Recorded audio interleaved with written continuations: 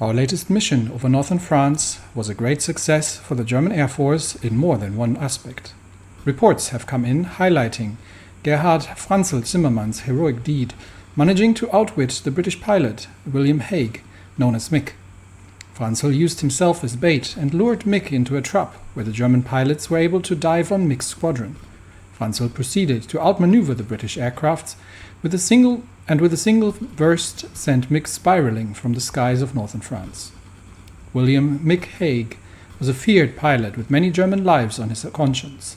This is a great victory and shows that when we rally behind great heroes, they perform great deeds.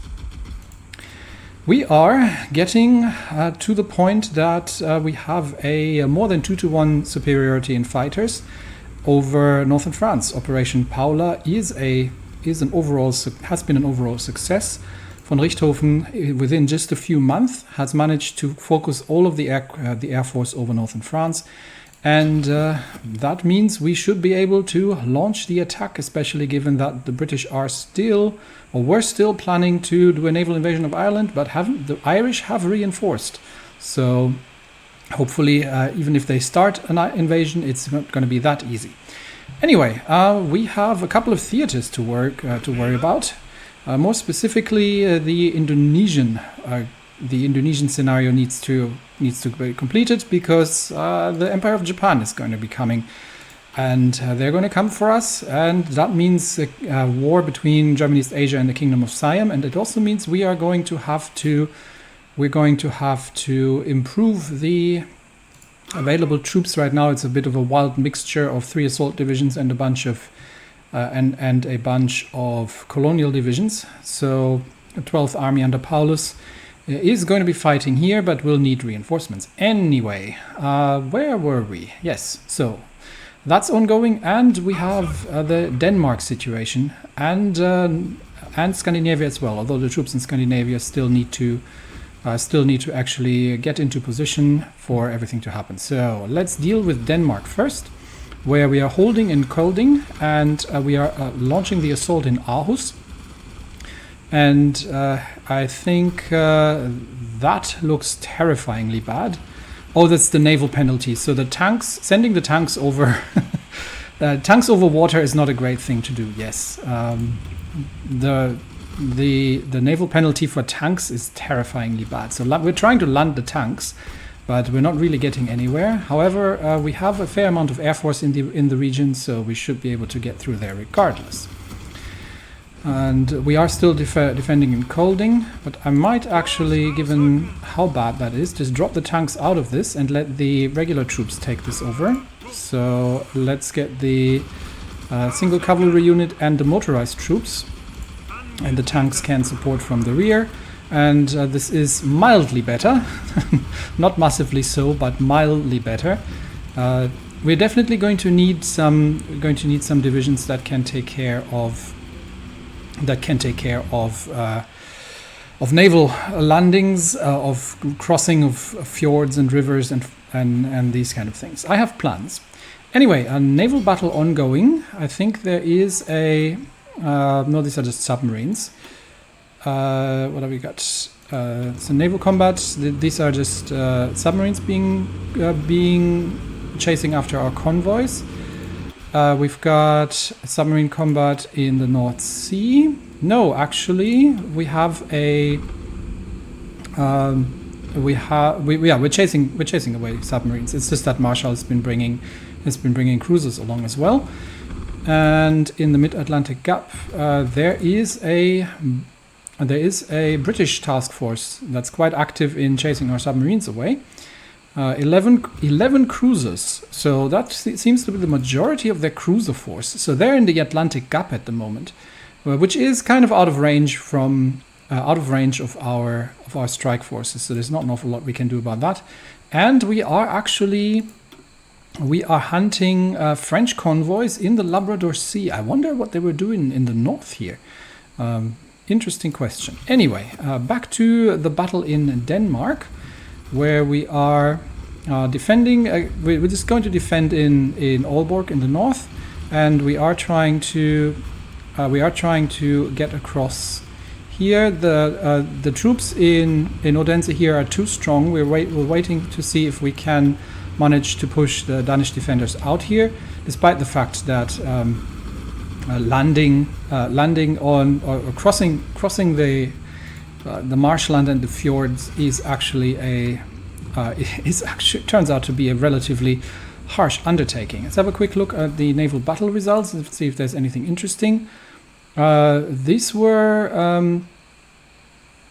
not ours. These were under Dönitz's command, but these were NRP, something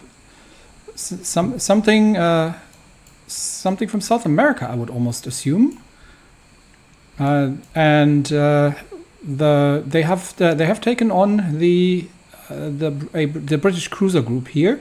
British have lost one destroyers, but 9 ships and 2 light cruisers have been sunk. So that has not been a particularly successful battle here in the Atlantic. Again, this is where our submarines are active. This, however, has been. We've sunken 10 enemy convoys, and we are strangulating the British. We're strangulating the British economy, and we are taking down Venezuelan ships as well. Good. Okay, back to the battle in Denmark. I'm kind of keen to try counterattacking. However, the problem is that the Danish divisions here are relatively well dug in. However, they are not particularly powerful. I don't think there are any big guns here. So, in case I think the Danish are sending troops into Sweden in increasing numbers. They have isolated Malmö, which is less than ideal, and they appear to have taken Zetland from the sea. So the Danish are definitely pushing into Sweden, trying to relieve the Norwegian positions there. We're going to abort that and just make sure that we get the troops ready for other operations. And yeah, everyone here needs to get ready for further operations. We're not going to be dealing with this invasion because we are actually going to push. Let's see if we can launch an assault on Odense with the Marines, because they are much more experienced when it comes to naval assaults. So troops are moving in. Some Dutch, the 103rd Dutch division is coming into assist as well. And we've got some unassigned troops. These can go into Guderian's divisions for now, and we will see if we can push across Odense. In the meantime, let's have a quick look over in Indonesia, what the situation is looking like. Troops have been concentrated, and we are starting to see some of the colonial troops coming in. Let's assault the positions south from here. These are just infantry divisions without any kind of heavy supply. So we'll try to assault the southern hills of Annam here, and then sweep around, destroy the encircled divisions, and that should open up the road to Saigon without too much trouble. There was a naval battle in the English Channel, and it looks like I haven't paid attention. That was a major engagement actually. So just off the coast, just off the Belgian coast here, what have we seen? So I think this all started out as a convoy action, and we've had I think this is a second Moltke von der Tann. Also, yeah, this is second strike force has been engaging, and we've sunk one enemy submarine, 2 light cruiser, Nottingham and Dido, and 9 destroyers on the British side, with 12 submarines escaping. Let's have a quick look on the second Schlachtgeschwader and see if they are, if there's any major damage on the ships. Von der Tann has still has some damage, and some of the destroyers as well. Yeah, Z-17 definitely needs to go and repair. I think we're going to send second Schlachtgeschwader in for repairs, and we're going to get the first Schlachtgeschwader, which is complete and is under is ready to engage, and we're going to get them on strike force to take on the spottings in the English Channel, because there are still a lot of British cruisers around. The major forces of the British are all in docks, so we're going to be using that time to whittle down their cruisers and their escort forces as much as we can before we are going into any further operations. The French are still launching attacks along the front lines here, but our divisions, even the foreign divisions, are relatively well dug in here, but our divisions are, especially in the north near Dunkirk, where they are continuously trying to attack. Our divisions are relatively powerful in these areas, so I don't think they are going to get anywhere. And we actually do have to change the. I think, the first Army's divisions. Yes. I'm gonna take a look and see what that looks like. That would require 1,000 artillery, which we have. So we're going to upgrade the troops along the line here and deliver them additional artillery. That would be, I think this all of the First Army is engaged here. Second Army is slightly different, and Third Army is in good shape anyway. We are a little undersupplied actually, and let's take a look at that situation. I think we have sufficient supply. At least I don't see any overused supply hubs.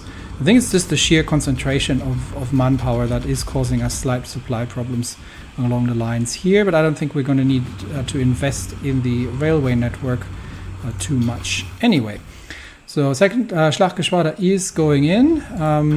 This has been blocked, so we can move slightly north here. And I'm just waiting for all the divisions to arrive in place before we are launching the next attack.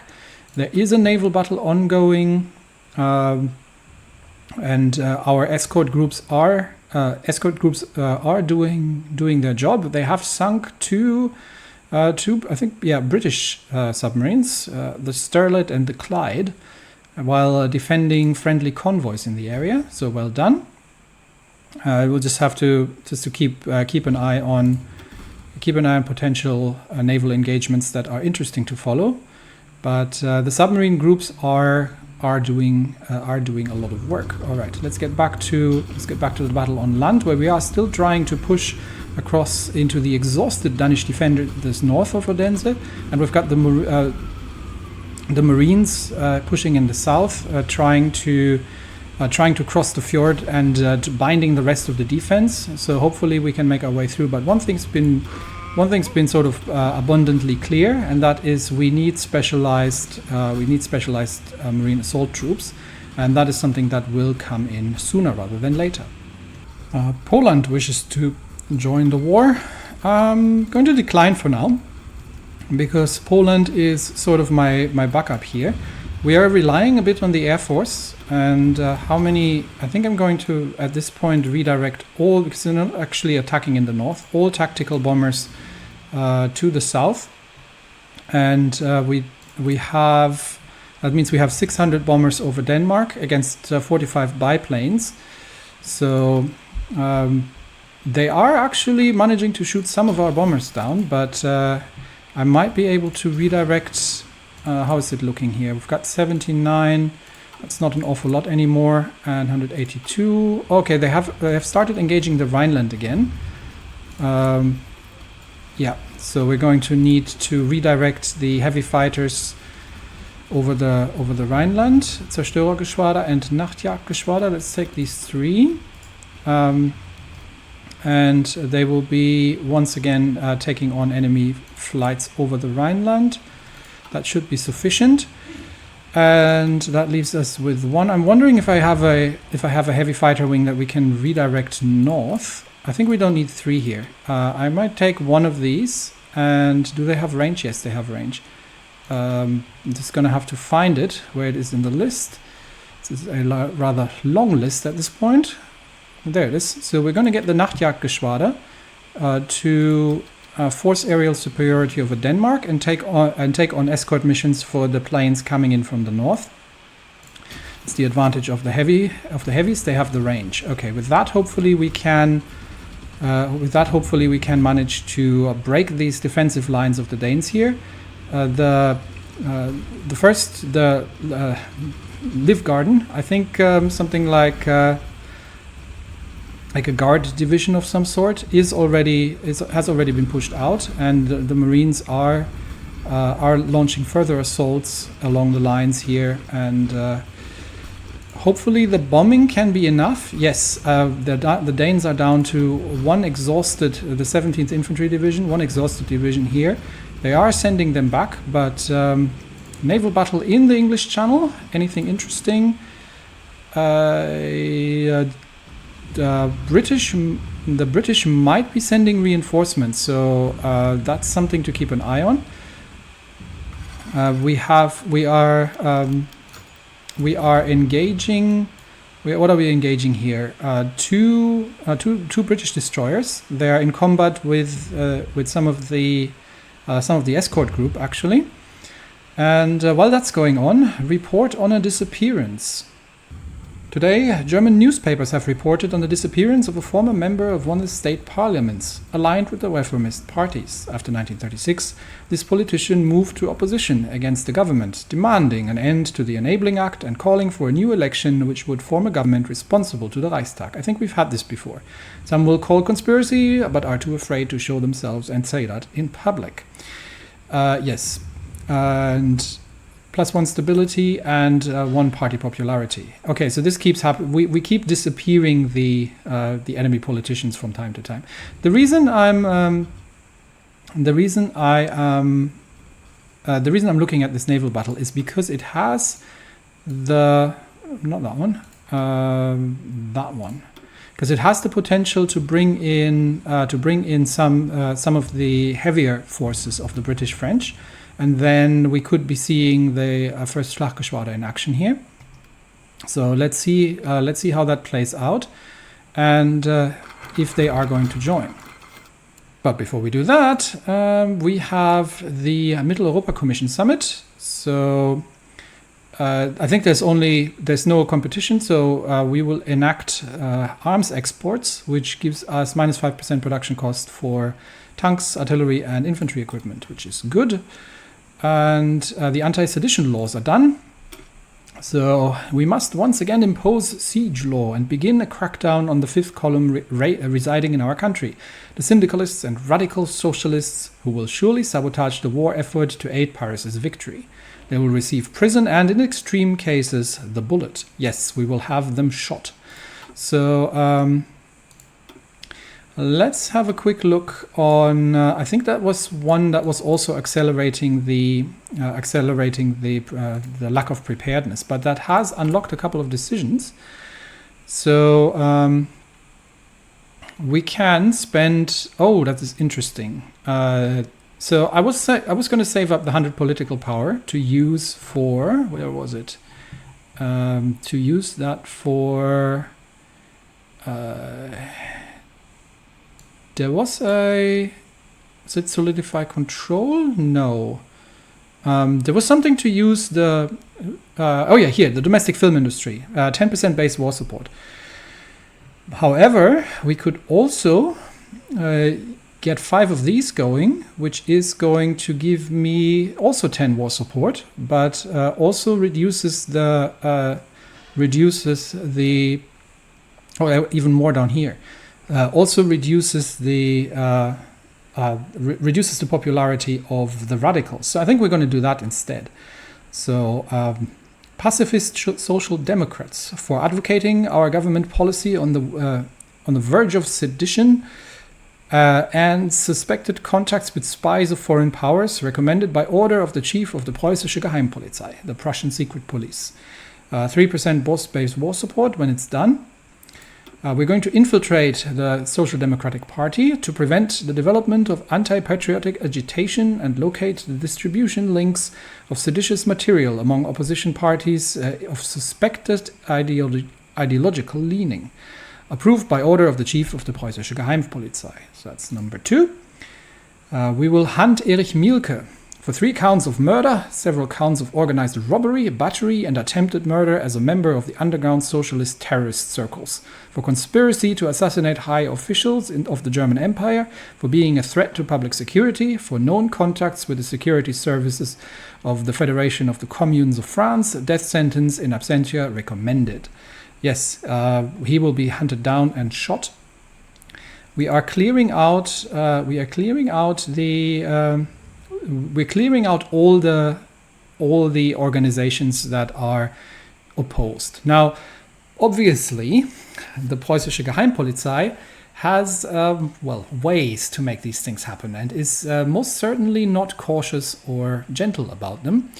And are we pouring out the baby with the bathwater? Absolutely. So this means we are actually operating no longer within the rule of law, but we are using the rule of force to solidify government control and basically cower everyone else in fear. Is this what von Schleicher had in mind? Probably not. But things have sort of started to take on a little bit of an own dynamic at this point. So the KPD, we are going to ban that as well, for inciting rebellion in numerous instances during the past 10 years, for harboring spies of foreign powers, for refusing to cooperate with the law enforcement of the Kingdom of Prussia, and identifying threats to public security, for conspiracy against the German Empire and the Kaiser. Ban these. And we are going to arrest Karl Korsch for advocating the overthrow of the Kaiser and conspiracy against the German Empire, for contacts with spies of foreign powers, for refusing to cooperate with the law enforcement of the Kingdom of Prussia, and refusing to give any information on the location of known criminals and threats to public security. Well, there then, that'll show them. So that's all done, which means the next national focus we're going to take can be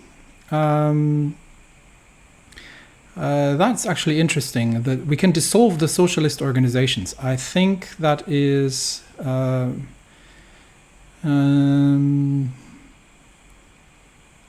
I think each of them is a good one. Given that we are in December, however, turnip winters. So turnip winter, I would assume, is a situation where the food resources in Germany are getting scarce due to the war effort, and people have to resort to eating turnips a lot.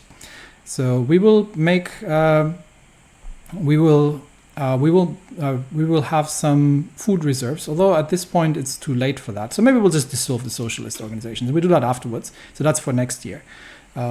So let's get that done, and hopefully the lacking preparedness bonus is debuff is going to go away. However, the naval battle here, there was a possibility of the home fleet joining, or part of the home fleet that are active. It's just 3 destroyers, so it's not that interesting. Still, it's an ongoing battle between the escort destroyers and 3 French destroyers. We've got the Moselle, La Téméraire, and Vauquelin actually joining. So let's see how well these are going to fight against a larger number of German destroyers. And so far, we've taken minor damage on the German side, but the enemy destroyers are disengaging. A couple of hits from the guns of the light forces in Germany. We have lost the V277. they have lost the L'Aventurière. And 3 more destroyers. They are, however, no, they are all escaping, yeah. So the French are running. They have tail, turn, and run from the brave escort forces that have been engaging here. And I would say, not this one, but that one, yes, that was a victory. So at the loss of 1 destroyer and 1 submarine, we have sunk a French destroyer, shot down 3 planes, sunk a convoy, and chased away the enemy group. Well then, so that's gone well. How is the Denmark situation looking? We are still going to try and minus the tank forces. If I can organize that. Okay, let's do it the other way around. So we're still going to... Oh no, we have made it across actually. Oh no, we have taken... Haha.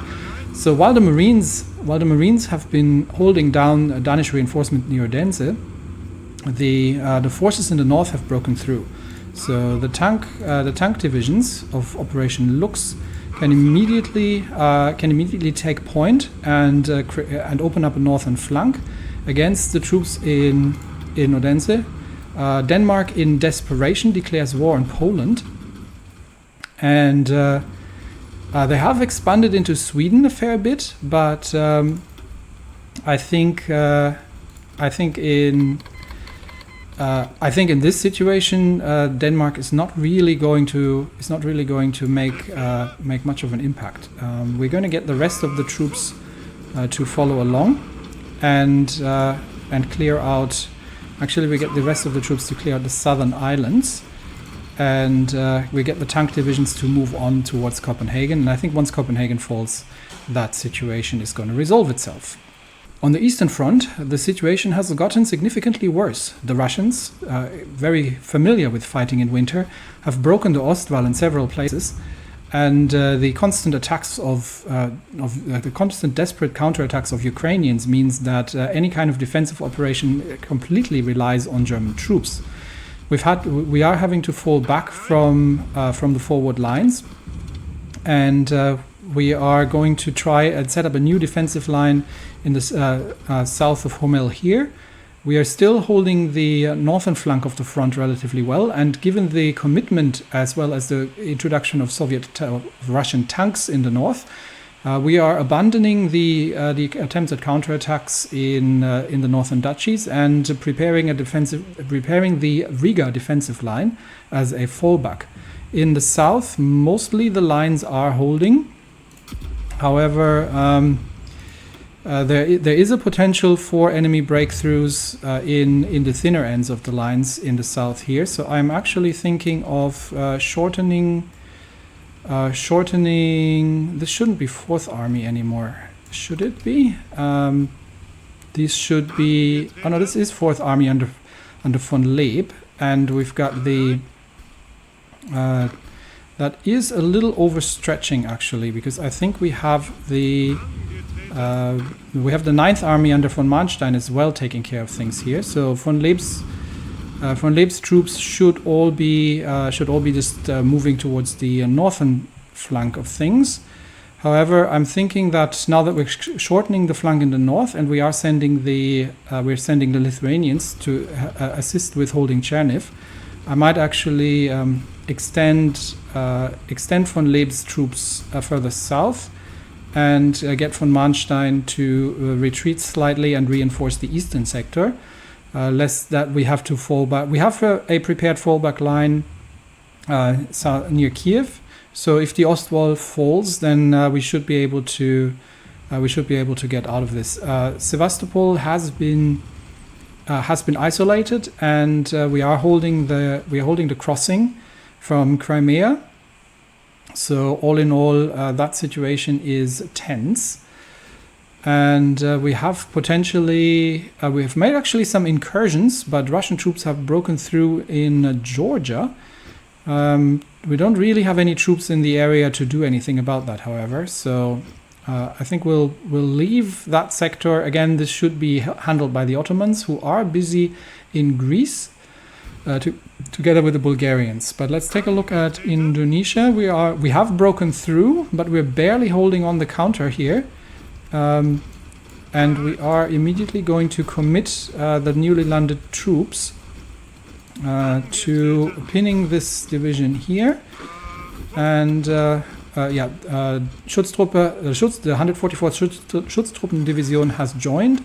So we'll destroy these two. Enemy divisions, and then we will push towards Saigon, and hopefully make an end to this whole affair, which has been going on for way too long. So we're defending. We'll be defending here.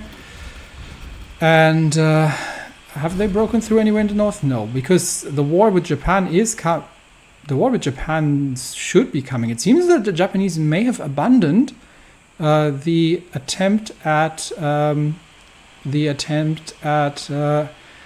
going to war against us. That would be great news. And meanwhile, the cruiser groups have been quite successful. This is the Ostafrika-Geschwader.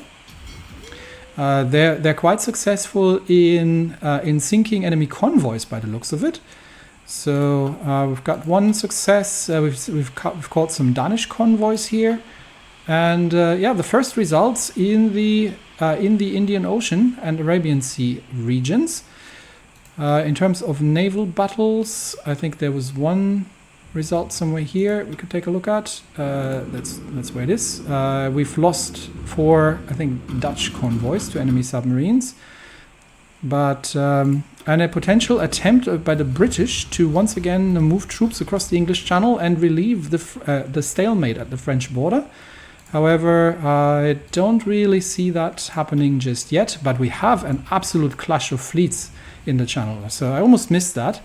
What do we have? Who do we have engaging? We've got Max Horton, Admiral Horton, sailing the core of the French main fleet here. By the looks of it, we've got Provence, Lorraine, Bretagne, as well as 4 heavy cruisers, and a couple of support ships engaging the first Schlachtgeschwader. So we should have we've got the first Schlachtgeschwader engaging. We've lost 4 destroyers so far. The French have lost 4 destroyers. So let's we've engaged some Dutch. We've assisted some Dutch submarines that were engaging, and we'll see if we can actually land some good hits. I'd be very keen. The French are running, so I'd be very keen to land some more hits on and potentially take down some of the heavy forces. The Provence has been. I'm going to slow this down, otherwise I don't catch up with the commentary. The Provence has been heavily damaged. She's taken multiple hits. The same with the Lorraine. Bretagne is still in relatively good shape. They are escaping, however. So the heavy cruisers are already retreating and basically leaving their capital ships behind. Provence is taking on lots of water, and we will see if we can catch her before she can disengage. They have lost the Marseille and 11 destroyers at this point, which has severely reduced the strength of their screening group and opened us up for potential torpedo attacks against the heavy forces if we can catch them before they move out of range. Second heavy cruiser is going down. The De Quesne and the Marseille have both been sunk. I think the Lorraine has made it out, severely damaged. Provence is limping, and Bretagne is still in relatively good shape, covering the retreat. So we'll see if we can catch the Provence. It looks like most of the heavy cruisers have gotten out. The 2 cruisers that have been sunk, these were light cruisers. The heavy cruisers have managed to retreat, although the Babeuf and the Saint-Étienne are in terrible shape and probably going to have to be in dry dock for a long time. Bretagne is going to make it out of there. The question is, can we manage to catch the Provence? And there it is. She has been hit by the Westfalen. And the Westphalen in return has only taken a few minor hits, but Provence in the end has taken a torpedo and has been finished off by the heavy guns of the Westphalen. Bretagne is now taking fire from the German battle lines and from the screening group. But in the end, I think she might probably get away. But that is a disastrous loss for the French. In the meantime, the Empire of Japan has declared war on German East Asia. Over the last century, Asia has become a continent largely dominated by Western powers. And though those exact powers have changed from London and Paris to Berlin, that fact has remained unchanged, much to the ire of Tokyo. Now, though, the status quo threatens to shatter as the Empire of Japan and the German Empire go to war. Despite hopes for peace, many have seen this turn of events as inevitable. Japanese plans for an Asia centered around itself were always incompatible with German domination in the region, and with the West engulfed in crisis, Tokyo's leaders doubted whether another chance to realize these ambitions may appear. Whichever side fortune may favor, one thing is for certain: Asia's future hangs in the balance. Singapore definitely will not fall. However, we do have German troops in the region. That should not be a problem. However, we do need to finish up the Indonesia campaign rapidly, because that means the Imperial Japanese Navy is going to be engaging German East Asian shipping. Now, where do they have the fleet stationed? They've got a torpedo boat flotilla over here, and I think that is not the first. Okay, they call that a torpedo boat flotilla. I would say that's a carrier, 2 battleships, 3 battle cruisers, a heavy, and 27 destroyers. That might be mildly mislabeled, but who am I to tell them what to do? The Geleitgruppe are busy in the area. Let's see if they have any other naval assets positioned around the region, or if that was it pretty much. There's the second task force. 4 battle cruisers, 4 battleships, 3 heavies, 7 light cruisers, and 21 destroyers. So they have 1 task force in Micronesia and 1 task force in Singapore. So we will see how they can measure up against the Japanese. What do we know about the Japanese Navy? Not an awful lot. However, they seem to have not focused on carriers at all. They've got a good number of battle cruisers and battleships. Oh no, there they are, carriers as well. Yeah. So they've got somewhere between 2 and 5 carriers, probably an equal force to German East Asia. So we will have to see. We will have to see how that compares. We do have the naval battles. We do have the naval battles completing, and. Where was the engagement? Was it this one? It was this one, yeah. Well, let's see who else is going to go down here, or if the Bretagne. Yeah, the Bretagne is making her way out, so it's just the submarines disengaging now. So we can look at that in a minute. We've lost a submarine against the British, a British force, including battleships and battle cruisers operating over the north of Canada. I'm not sure what the British are up to here in the North Atlantic, but we are still sinking. We're still sinking their convoys in large numbers. I wonder if they are planning to engage. If they are planning to engage Canada. Right now they're hunting our submarines, but we haven't heard anything after the disastrous Halifax conference. But we are sinking an incredible amount of British shipping now in the Atlantic. And the occasional Russian convoy. So all in all, I'd say the Kriegsmarine is doing well. We will see how what the final battle result is of the engagement in the English Channel. However, we have completed the infiltration of the Russian Air Force, so we should have a relatively good idea what the Russian Air Force is about now. So do we have a... Yes, we have a pretty good idea. The Russians have about 1,800 fighters. Out of those, I'd say 1,600 are relatively modern. and they do have a large number of. They do have 300 tactical bombers, 2,500 close air support planes. So that is definitely the majority of the problems that we're facing on the Eastern Front. That means we can, now that that operation is completed, the team had no trouble getting into the country and definitely avoided the tall enemy counterintelligence put on them. Our agent has begun a relationship with an active soldier. That would have probably been Agent Scarbeck. Honeypot and such, who has become a quite reliable source of information. The team escaped by crossing the border under the cover of night, utilizing a local guide to help them find a way through the border defenses. So that's done, which means we now have some operatives that we can probably immediately send on another mission. We'll make some contacts with the resistance in the Belgorod regions. I'm sure there are some disgruntled potential Ukrainians in the area that we can use.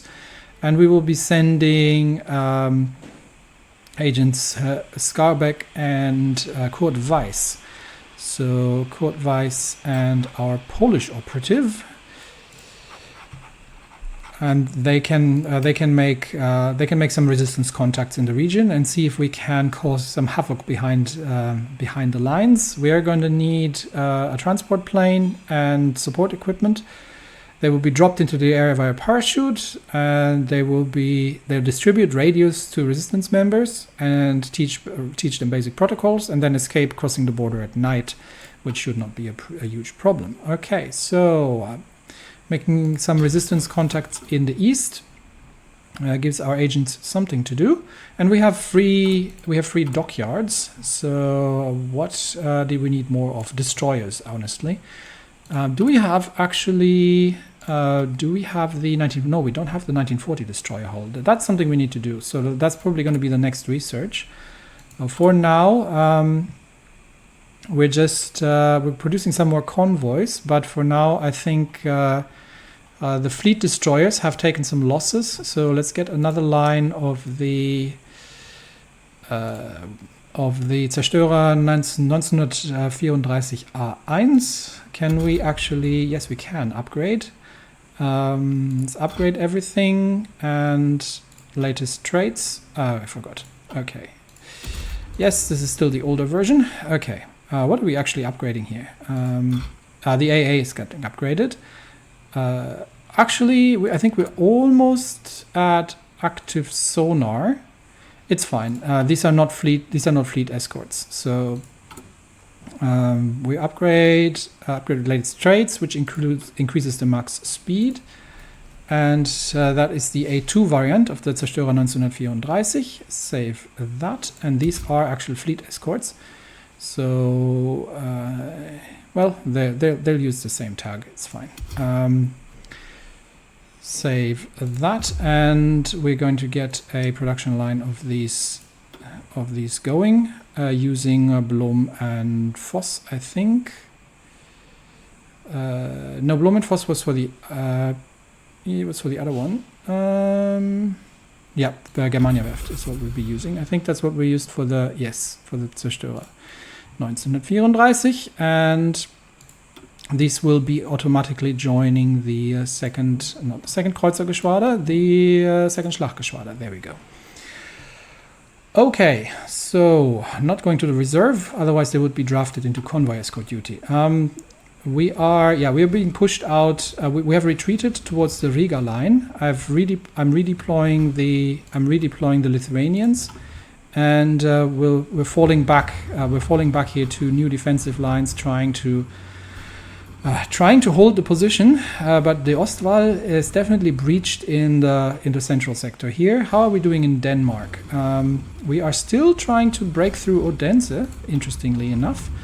That is because of combat width. I know we are engaging the tanks actually, but why are the tanks? Is that still another crossing here? That might still be another crossing. So breaking through the north turns out to be difficult, but we are making our way through with the support of the Air Force, bombing the Danish into oblivion. However, we are definitely in need of a better option for this. Let's move up to the northern theater, where we haven't run any offensive operations in a while, and it is time for Unternehmen Sandbank to begin, because we're almost at the end of the year and we haven't taken Trondheim, so delays have happened. Let's make a break towards Trondheim. We have supply here, which means we're probably just going to go along the supply lines. Let's push along the railway lines towards Trondheim. And the second group is going to follow on to the west of that, and is going to approach Trondheim from the other side. So let's begin the operation, which means we are probably going to need some of the tactical bomber wings, actually, again, and they are severely depleted at this point. So let's get one Kampfgeschwader onto Norway and potentially a second one. Okay, there's not much in the air. We've got we have the Kampfschulgeschwader actually helping out from here already as well. I thought I redirected some planes. No, the planes were redirected north. The British actually sending some Spitfires now on long-range escort missions, trying to bomb northern Germany. But in that case, we are going to have to switch the heavy fighter wings to aerial superiority, and make sure that we are actually taking them on. Still some French support planes being shot down here, but we have now absolute aerial superiority over France, which means that we can potentially start diverting some fighters, and we can divert probably 2 or 3 Jagdgeschwader and take on the French over the Low Countries. So that should help somewhat. And once they are deployed, then the situation overall is looking good. Has this finally been resolved? Not quite yet. The submarines are still escaping. There was an ongoing naval battle where we have sunk a lone British destroyer, but we've lost one of the Condors. Unfortunately, I can't get the Condors to only attack submarines as much as I would want to, but we definitely need to finish up here, and also in Indonesia, because the Japan is looming. So the next push will be towards Saigon once we have cleared up the position here. And let's speed that up again. And yes, Kingdom of Siam has now joined the war, which means that Germany East Asia is going to have the troops on the move, and hopefully I don't see many enemy troops here. It could be that they're engaged elsewhere, so that would be ideal if we're finishing off the south, and the German East Asian troops in the north can swoop through Siam and take Saigon. But we will see how that goes. The Qing government wants us to sign a pact of non-aggression. Yes, we have in fact helped the Qing government with their affairs, and as such, we are definitely on their side when it comes to fighting against Japan. However, we have improved sonar, which means we can now get the 1940 destroyer hull researched, and we are going to use the Germania Werft for that.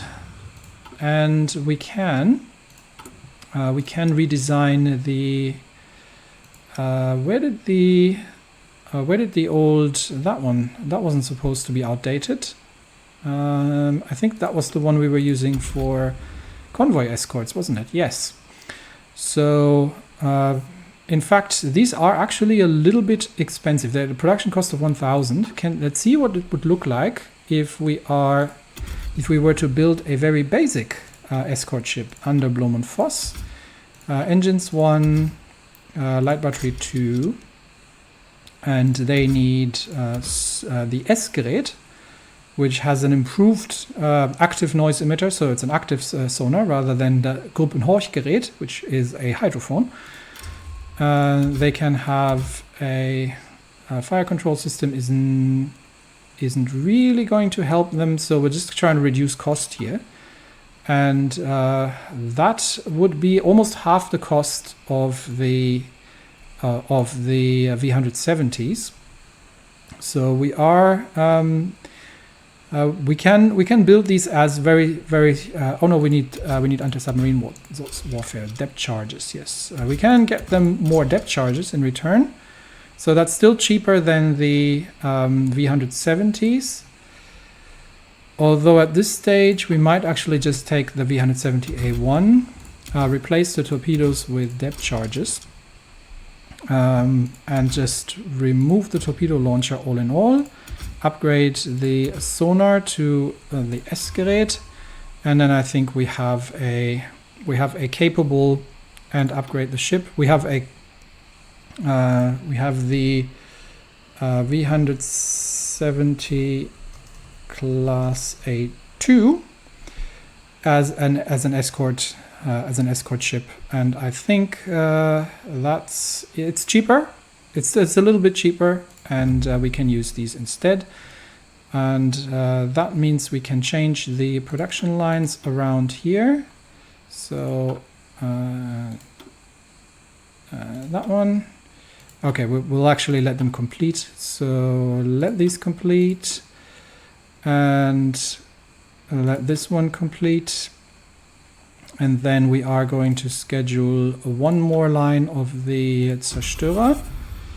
For these will go to the second Schlachtgeschwader. We will send these to the first one actually. And then 2 lines of the V170s. So let's get the do not show outdated, otherwise you can't find anything. V170A2 under Blom and Voss, and another one of these under Blom and Voss. And these will go into reserves, and they will automatically backfill the escort groups, and these will all deprecate, and this one too will eventually deprecate. There we go. Okay, so I think we're all settled. We still have a we have another. Was it another naval battle? No, that was the previous one. I thought we had another one. No, okay, we're still waiting for that to complete. So let's focus back on the action in Denmark, where we're still trying to push our way through towards Odense, and it is hard going, but I think this line will then next focus on river and fjord crossings. Denmark has declared war on Ireland, everybody else, and Evdokia Polikyova has been captured. She was apprehended by Russian counterintelligence, unfortunately, or probably while seducing somebody. She will try to resist interrogation for as long as possible, but eventually they will break her. So we do have to mount a rescue operation. All right, Josef Jacobs, where is he? Josef Jacobs, he is a master soldier, a linguist, and a commando. So he's going to go in and rescue Agent Polyakova. Oh no, she wasn't actually the one. No, she. That's not Agent Skarbek who is on the mission. No, she was just building intelligence networks in Russia. Okay, we'll send him. We'll send Josef Jacobs to rescue Agent Polyakova. So that hopefully we've got to develop a set of escape tools. We've got a local contact that has agreed to take the package. Operative will utilize the tools to make their way to the rendezvous for exfiltration, and will escape crossing the border at night. Okay, commence when ready and prepare. All right, let's get her rescued behind enemy lines. and everybody wants to join wars, so I'm going to do that quickly. Okay, that's done. So still trying to break the Danish defenders that are desperately holding on to their positions in Odense, but I hope that we can bomb them into submission eventually and make a break here. I think the naval battle has finally concluded, and we have sunk a noticeable part of the French main fleet, and the rest is relatively severely damaged. So well done, the Schlachtgeschwader. First Schlachtgeschwader is returning to their positions in Oldenburg, and second Schlachtgeschwader I think is mostly repairing. So I think we can already first does need some repairs. So we're going to get the first Schlachtgeschwader off strike force duties for now and just get them to repair after that engagement with the French, and the second one can take over duties already as strike force for the region. All right, and in Indonesia we have destroyed the enemy positions here. However, the supply situation in the south is getting increasingly bad. So we will launch an attack on Saigon and see if we can break the enemy lines here and get through into the foothills of Saigon. But I think our divisions are too exhausted at this stage, and the supply is just insufficient. So we'll bring what forces we can and see if we can breach through to Saigon. The port is overwhelmed, and we do have an additional division that we can distribute in a bit. But we are also running pretty low on fuel at this point. So I think we need to trade for some. Oh, and we are very short on rubber at this stage. Is that a problem of convoys? It shouldn't be, because we are potentially sending convoys from this region here. So let's get the Geleitflotte to cover all possible convoy routes. We do need the rubber; it is an essential material. So let's make sure that gets through, and also the aluminium from German East Asia isn't. Naval route efficiency is down, and that is probably due to the convoy situation, if I had to guess. I don't think anyone should go around the Cape of Africa. I'm pretty sure I've blocked that, but the rest of the route should be possible to do overland through Bulgaria and then through Hungary. Yeah, so that should not be a problem. So let's see if the supply situation gets itself resolved relatively soon. But I did want to trade for additional oil.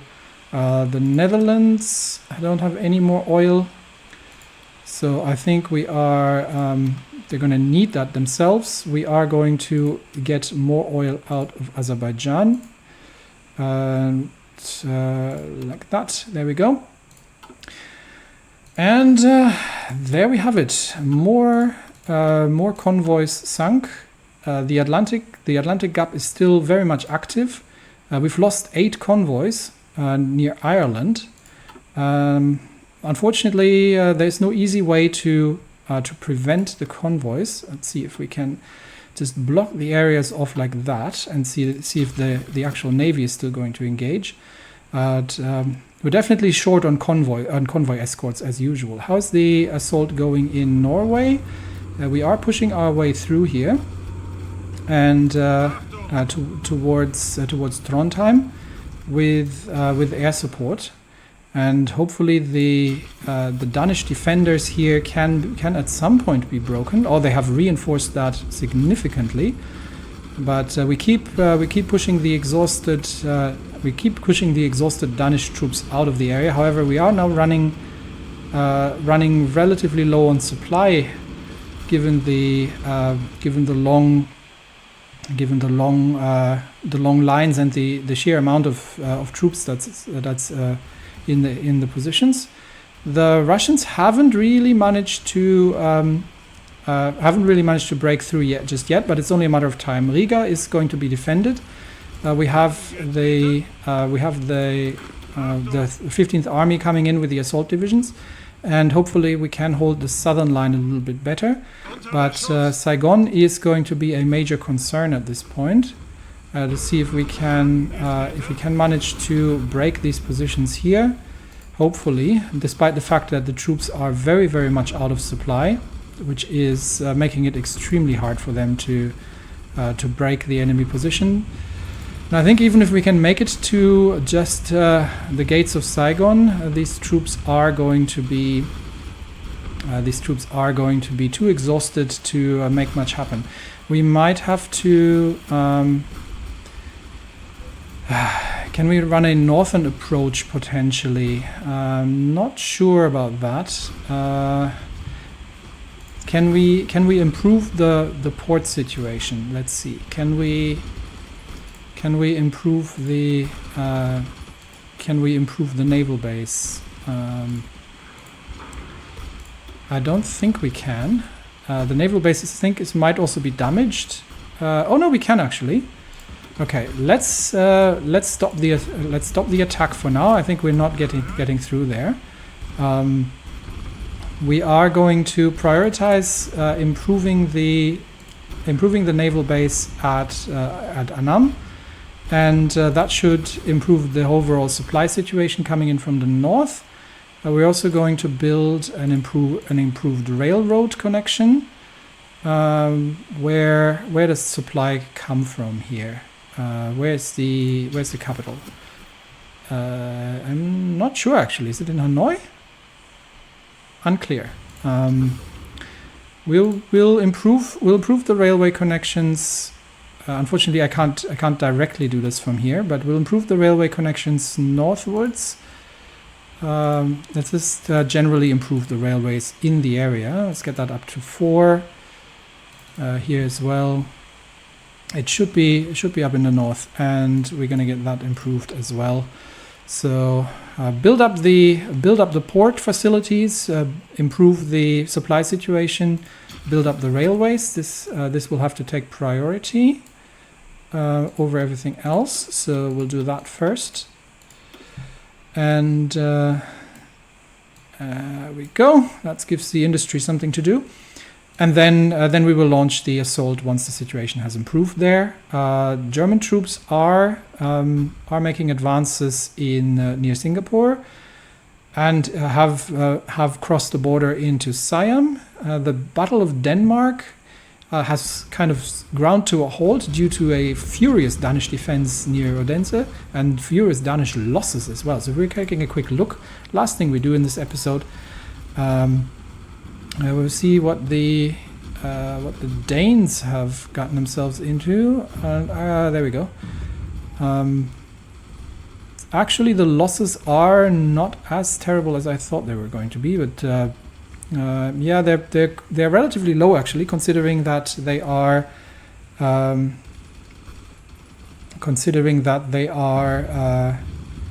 the defensive here and that they are being bombed, but.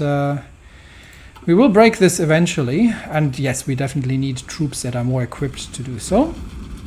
Overall losses in the Second Weltkrieg. This has sort of collapsed a little bit.